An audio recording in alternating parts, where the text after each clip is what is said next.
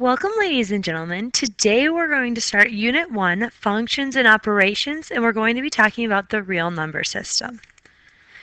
I need you to write down your learning objective. The learning objective is that you can classify and identify numbers within the real number system. So when we're going to be talking about the real number system, this is what it's going to look like. You don't have to write this down right now. We're going to get to that a little bit later. But we're going to break down each part of the real number system. First thing is that the real number system is really broken down to two main parts. We have rational numbers and irrational numbers. Now, this we have to write down, please. Rational versus irrational. Rational numbers and our irrational numbers. Rational numbers make sense. Irrationals don't make sense if we want to look at it in terms like that. A rational number is any number that can be written as a fraction. So now here are some examples. Here's a fraction, which is just 2/3. Then if we want to talk about whole numbers like 7, 7 equals 7/1, which is also can be written as a fraction. Or we can talk about integers, which would be -18, can be written as -18/1. Terminating decimals, terminating means that they end. So this one 0.49, so it's 49/100 because it's 49 hundredths. And then we have repeating decimals, which means the number repeats itself. So 0.7 repeating can be written as a fraction as 7/9. So all of these fall under the plan of rational numbers. Now, irrational numbers are non-terminating and non-repeating decimals, and they cannot be written as a fraction. So here's some examples of irrational numbers. We have square root of 3, so if we type in the square root of 3 into our calculator, we're going to get 1.73205, and it's going to continue on. It never ends and it never repeats. Here are a few other examples. Okay, all of these are non-repeating decimals that go on forever.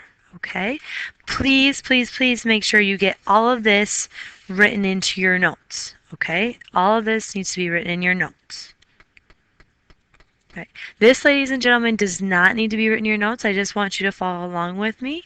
We're going to talk about the rational side. Because if you see the rational side here, we have different groups of rational numbers. Irrational are only one group by itself. So when we're talking about the rational group, which entails integers, whole numbers, and natural numbers, we're going to think of it kind of like the Rushton nesting dolls. Okay? This also, ladies and gentlemen, you do not have to put this part in your notes. I just want you to follow along, please. So when items is in a member of a smaller box, it is also part of the larger box that contains the smaller box.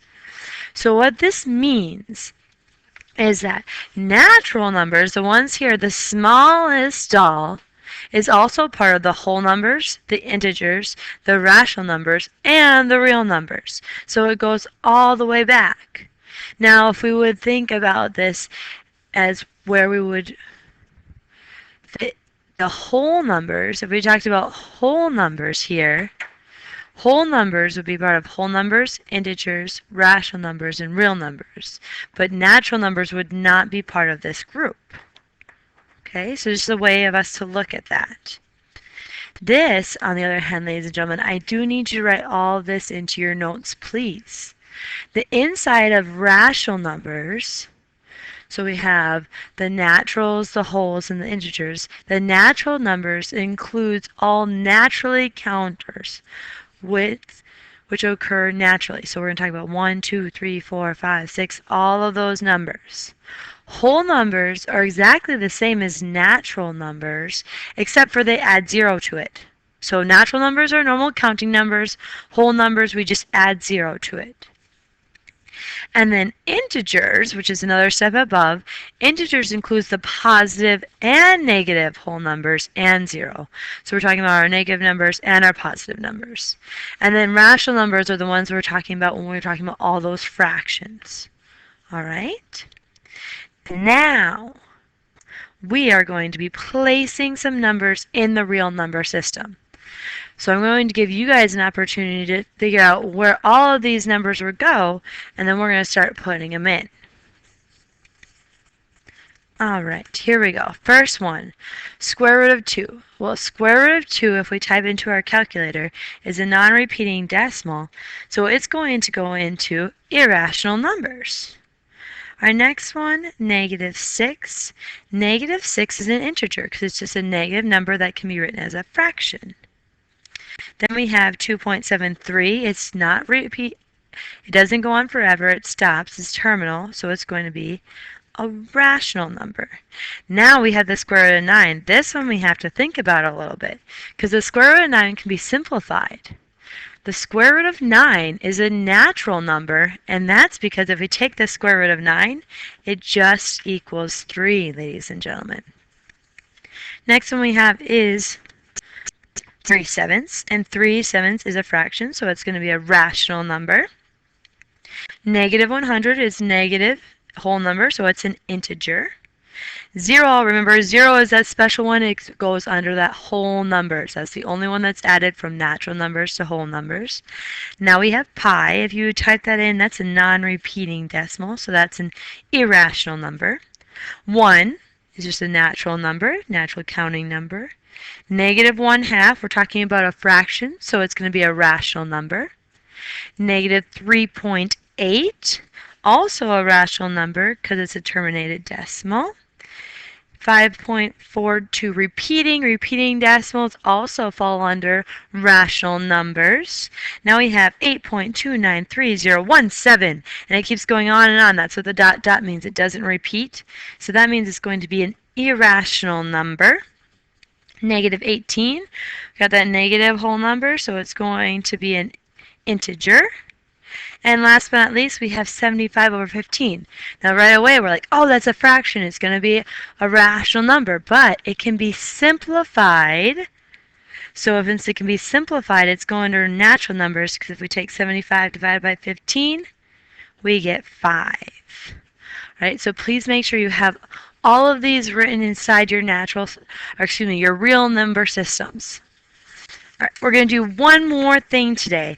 We're going to identify, this also needs to be in your notes, sorry, take you back a second. We're going to identify each number below as natural, whole, integer, rational, irrational, or real. Now there's going to be more than one that applies each time. We're going to fit everything that it can be. So we talk about the number 6, and it's negative 4/5. Well, we know since it's a fraction, it can be rational, but it also, every number falls under the real number system, so it's also a real number. Now, negative 9, it's a negative whole number. So since it's a negative whole number, it's going to be an integer. But if we remember, integers also fall inside the box of rational numbers, and any number is going to fall under the real number system.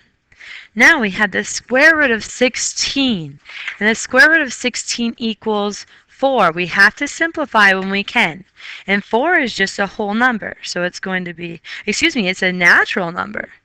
And it's also, if we work our way out, it's going to be a whole number, and an integer, and a rational number, and a real number. So this one's got a lot. Whenever they're natural numbers, they have all 5. If we look at number 9, this is going to equal negative 5.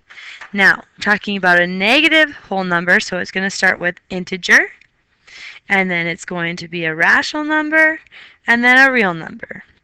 Now, if we look at this next one, we have the square root of 8. And the square root of 8, if we type into our calculator, is like 2.8284, and it just continues and continues. It's not repeating. So therefore, it is an irrational number. But irrational numbers also go under the real number system. So please make sure you have this in your notes, ladies and gentlemen. And that is all I have for you today. Go out and have a wonderful day, and I'll be seeing you soon. Bye.